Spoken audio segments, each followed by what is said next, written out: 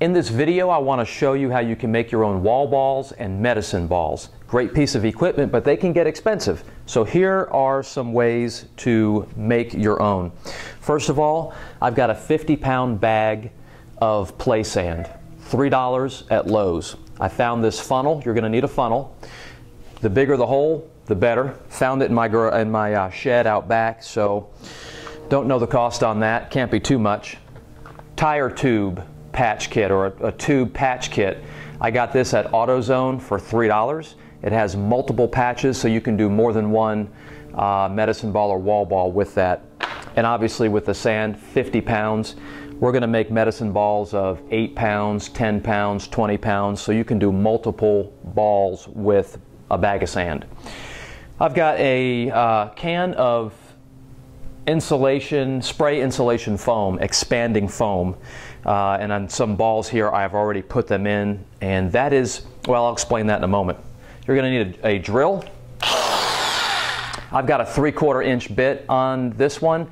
I haven't used a bit as big as 3/4 of an inch, but I'm going to try it. Normally I use 1/4 inch to a 1/2 inch size, but it takes forever to fill a ball up with just a little 1/4 inch hole.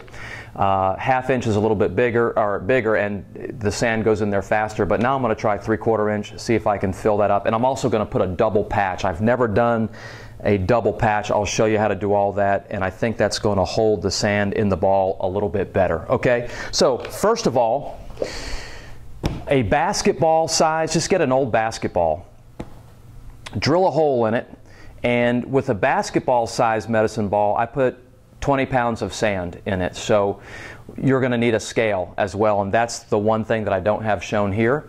But get a bathroom scale, or any kind of scale that's fairly accurate, obviously, and so that you can put the ball on the scale and pour your sand in there, and you know how heavy it's getting. Let's see. So basically, we're going to take the drill. We're going to put a hole in the ball.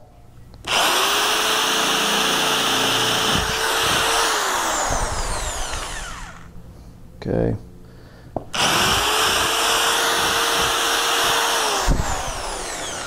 Clean out that hole a little bit.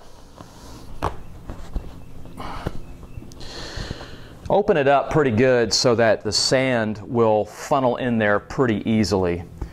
Okay, then simply get your funnel. I want to stick it right in there. The tricky part now, normally right about at this point, I'll get a chair. I'll have the funnel right here, and then I'll take that bag. Instead of trying to wrestle and hold a 50-pound bag of sand and pour it into your funnel, maybe pour 10 pounds of that out into a smaller bucket. Much more manageable, and then you can fill it up that way. The idea is to fill the ball up to the weight you want it, 20 pounds, 15 pounds. For guys, 20 pounds is pretty good. For gals, 10 to 14 pounds. For kids, 6, 8 pounds, 10 pounds as they're getting more fit.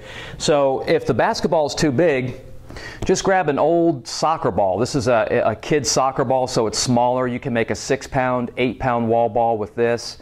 I'm not sure you can get 10 pounds of sand in that. You can use an old volleyball, a little bit bigger of a soccer ball for a 10 to 14 pound wall ball. Okay, so once you got your sand in there, what I've noticed is that 20 pounds of sand in a basketball doesn't quite fill that basketball up all the way. So I've taken some expanding spray foam and spray that in there to take up the rest of the space, let it set and dry, and then simply take that and peel it off of there. Get it nice and flattened out. In your tire tube kit, there is a metal scraper, and that comes in handy for cleaning the surfaces off. Getting them nice and smoothed out, getting the junk off of them so that the glue will adhere to the ball and to the patch, and you should have a good adhesion that way.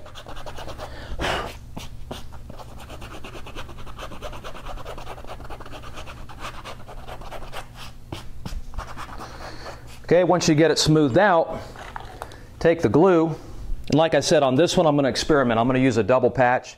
So I'm going to take a smaller patch and a bigger patch. I'm going to put the small patch on first, then I'm going to put the big patch over the small patch. Then what I like to do is just turn it upside down and leave it overnight and let the weight of the ball seal that patch on there. Okay.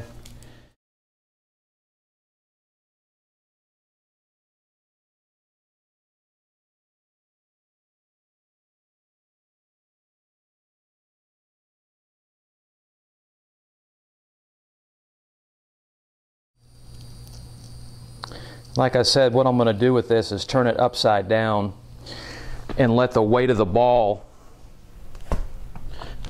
seal that on there overnight.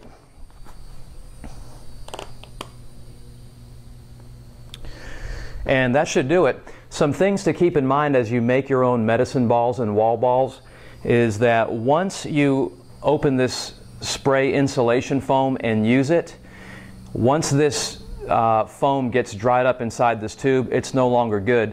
So if you plan on making 3 or 4 or 5 wall balls, medicine balls, do it all at one time. And that way you can utilize the same can of spray foam. Other than that, I think that's about it. Good piece of equipment. Enjoy it. Hope that saves you some money.